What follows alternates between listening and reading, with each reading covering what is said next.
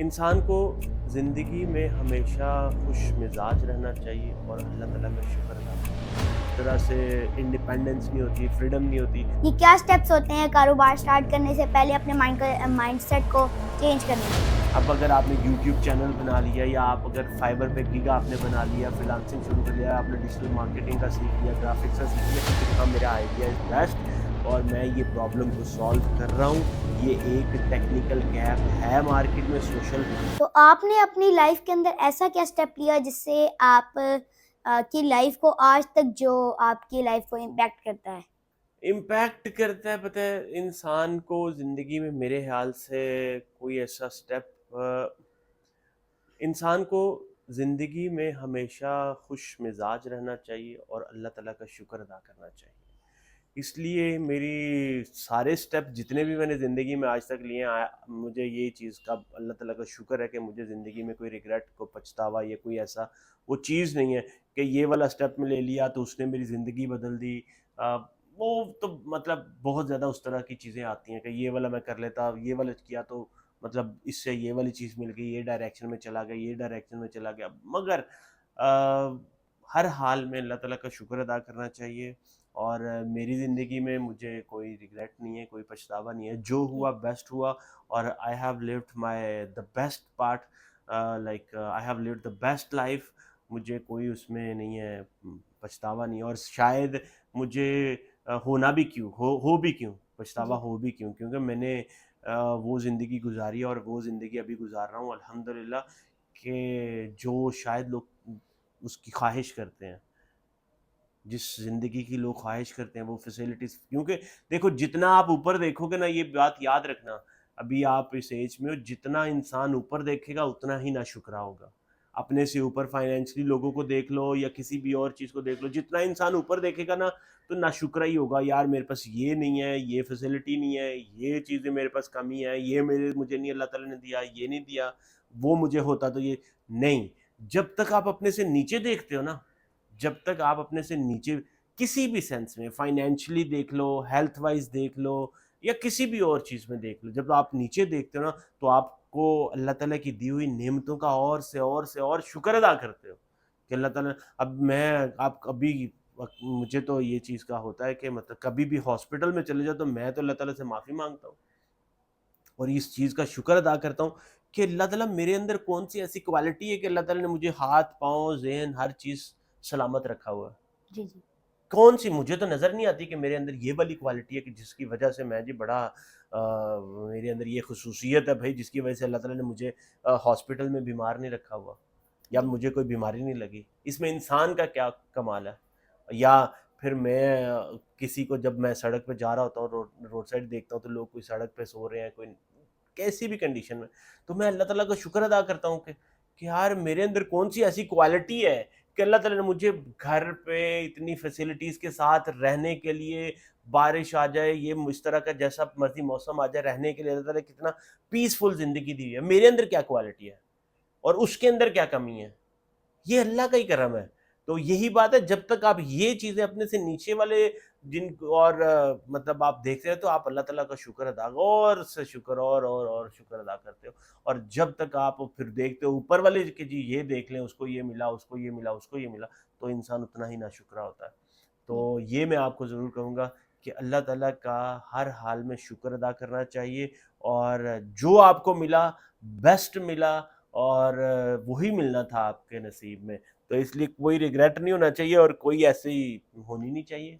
मुझे तो अल्हम्दुलिल्लाह कोई इस तरह से रिग्रेट रिग्रेट नहीं है और बाकी टर्निंग पॉइंट तो बहुत ज़्यादा इस तरह से ज़िंदगी में कहीं पे मतलब वो और कॉमन ही है, उस तरह से कोई उसमें कोई ख़ास इस तरह से वो कॉमन ही है टर्निंग पॉइंट। तो आपको क्या लगता है कि आपके अंदर कौन-सी क्वालिटीज़ नई आई हैं या आप कौन-सी क्वालिटीज़ नई आई हैं कारोबार क्लिनिक 2020 से पहले आपके अंदर कौन-सी क्वालिटीज़ थी और अब कौन-सी नई क्वालिटीज़ आई हैं कारोबार क्लिनिक की वजह से? हाँ, देखो, life is like a journey. उससे पहले मेरी एक लाइफ़ जो है ना वो टोटली डिफरेंट थी। कुछ इस तरह से कि फाइनेंशियल रिस्पॉन्सिबिलिटीज़ या उस तरह की वो एक टोटली डिफरेंट लाइफ़ थी जिसमें मेरे मुझे इस तरह से कोई ज़िम्मेदारियाँ नहीं थी, रिस्पॉन्सिबिलिटीज़ नहीं थी। और एक इंडिपेंडेंट सी लाइफ थी, शायद उसमें कोई पैशन, कोई मिशन, कोई उस तरह से वो चीज़ें नहीं थी। कई होता है ना लोगों में, मतलब रिसेंटली ग्रेजुएट हुए तो तभी उसमें चीज़ का वो आ गया। मगर ये जब से मैं, मतलब आफ्टर पीएचडी में एक इस तरह से वाक़या हुआ कि ना, मैं आपको बताता हूँ कि पीएचडी वैसे मैं जब कर रहा था तो वहाँ पे सेंदाई में, जापान में, ये तो वहाँ पे एक तबलीगी जमात वाले माशाल्लाह हर जगह पहुँचे होते हैं ना, तो जी। तबलीगी जमात वाले वहाँ पहुँचे थे।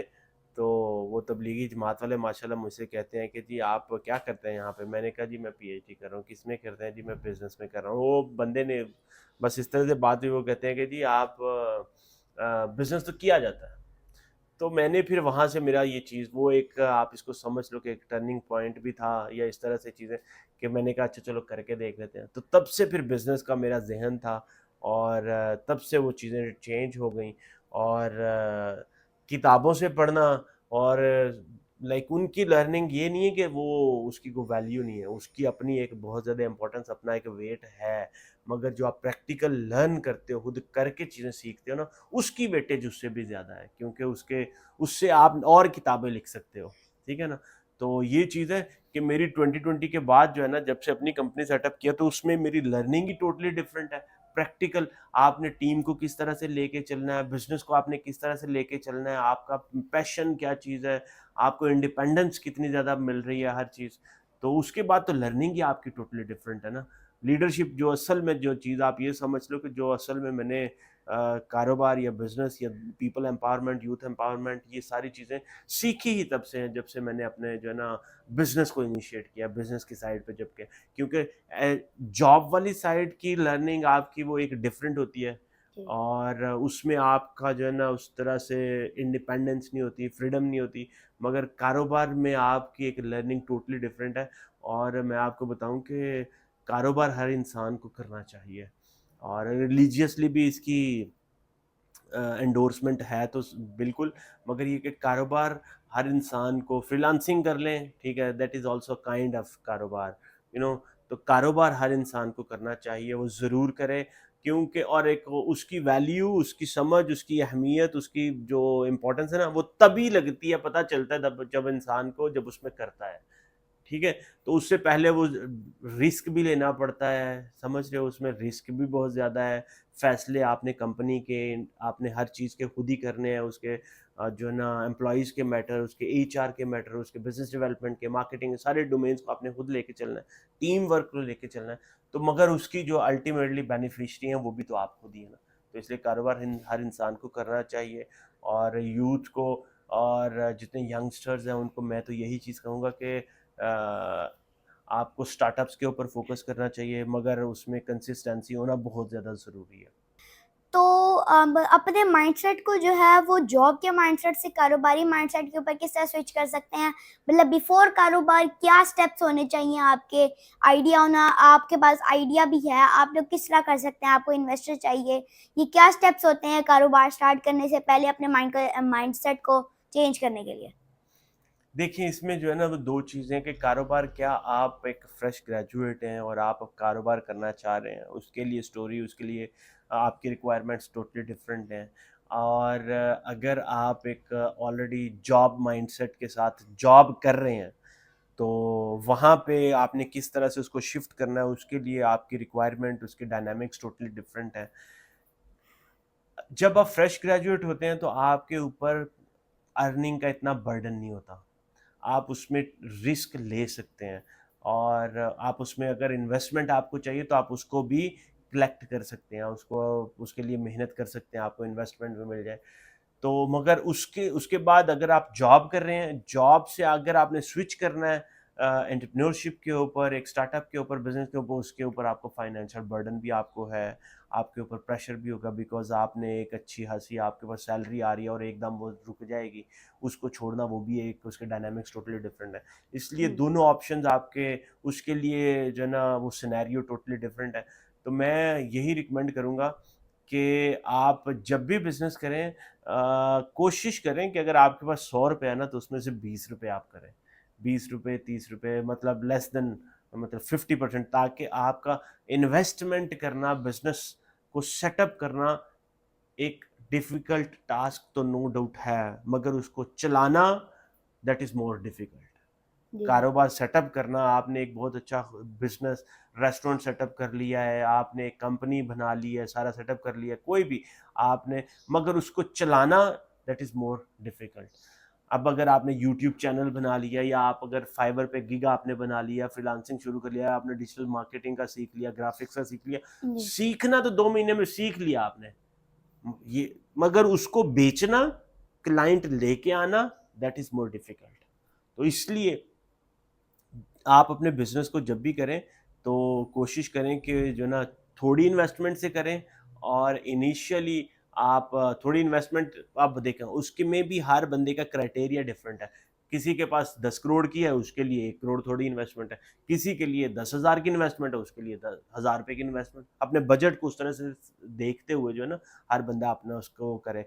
और जो फ्रेश ग्रेजुएट्स हैं उनके पास तो अपॉर्चुनिटी डिफरेंट है।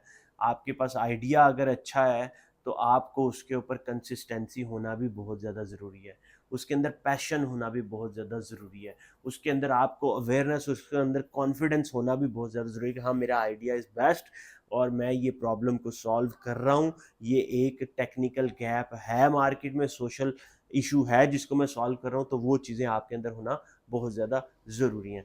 और जो बिजनेस जो नौकरी पेशा जॉब पेशा जो बंदा है उसके लिए डायनामिक्स डिफरेंट है। उसको मैं ये कभी नहीं कहूँगा कि आप जी आज बड़ा अंदर आपने कोई स्पीच कोई सुनी या किसी मोटिवेशनल स्पीकर को सुना या किसी की बात सुनी तो आप जी मैं कल रिज़ाइन लिख के दे दिया तो बस जी मैं अब कल से जी मैं नौकरी नहीं करनी, मैं अपना बड़ा बिजनेसमैन बनूंगा, मैं जी इस तरह का बड़ा अब एम्पायर खड़ी कर लूँगा रात को। भाई ऐसा नहीं होगा, ठीक है? क्यों इस तरह के मैंने मेरे एक मेरा मतलब है जानने वाले, उसमें उसके कोलीग को बड़ा पैशन आ गया। उसकी एग्जांपल देता हूँ, उसने वो जॉब करता था, कोलीग को पैशन, उसने कहा 2 महीने का नोटिस और छुट्टी जी, मैं नौकरी नहीं करनी। जब 2 महीने का वो तलहदा बाती के नोटिस पीरियड में उसको समझ आ गई कि भाई कारोबार करना इतना आसान नहीं है। 1 महीना जी मैंने ये वाला काम करना है, दूसरा महीना जब नोटिस पीरियड खत्म होने वाला था उसको समझ आ गई भाई ये एंटरप्रेन्योरशिप, ये कारोबार आसान नहीं है, ये ग्रेजुअली होता है। फिर उसने 2 महीने बाद नोटिस पीरियड जो है ना वो वापस लिया, वापस अपनी जॉब को री करवा लिया। तो बात ये है कि देखो जिस तरह से ये दोनों के लिए बिल्कुल ठीक है, चाहे वो फ्रेश ग्रेजुएट है, चाहे जॉब करने वाला अपने आप को शिफ्ट कर रहा है उसमें स्टार्टअप में या बिजनेस में, तो ये बिल्कुल ऐसे ही है जिस तरह से बच्चा भी पैदा होने के 2 साल बाद वो पहले सुनता रहता है, फिर कोई 2 ढाई साल के बाद बोलना शुरू करता है, जी उससे पहले अब्जॉर्ब करता रहता है। इसी तरह से जब आप पौधा कोई कोई फलदार दरख्त या कोई भी लगाते हो ना, तो ऐसा नहीं होता कि आपने रात को लगाया सुबह वहाँ से फल निकलना शुरू हो जाएगा, नहीं, उसका एक अपना टाइम ड्यूरेशन है, उसने वो टाइम लेने के बाद आपको वहाँ से फ्रूट्स आएंगे, ठीक है? वहाँ से जी पहले रूट्स आएंगी, फिर लीव्स आएंगे, ट्रीज आएंगे, फिर उस तरह से चीज़ें बनेंगी और सारा, तो फिर वहाँ से फल आएंगे। तो ये चीज़ें हमारी नज़र में होनी चाहिए। मगर वही बात है, मेजॉरिटी मैं उसकी जैकमा की बात को यहाँ पे करूँगा, today is difficult, tomorrow is much more difficult, but the day after tomorrow is very easy beautiful, ठीक है? And the most people die tomorrow evening. ज़्यादातर लोग जो है ना वो कंसिस्टेंसी बहुत ज़्यादा ज़रूरी इसमें चाहिए, स्ट्रगल बहुत ज़्यादा होती है, चैलेंजेस बहुत ज़्यादा होते हैं।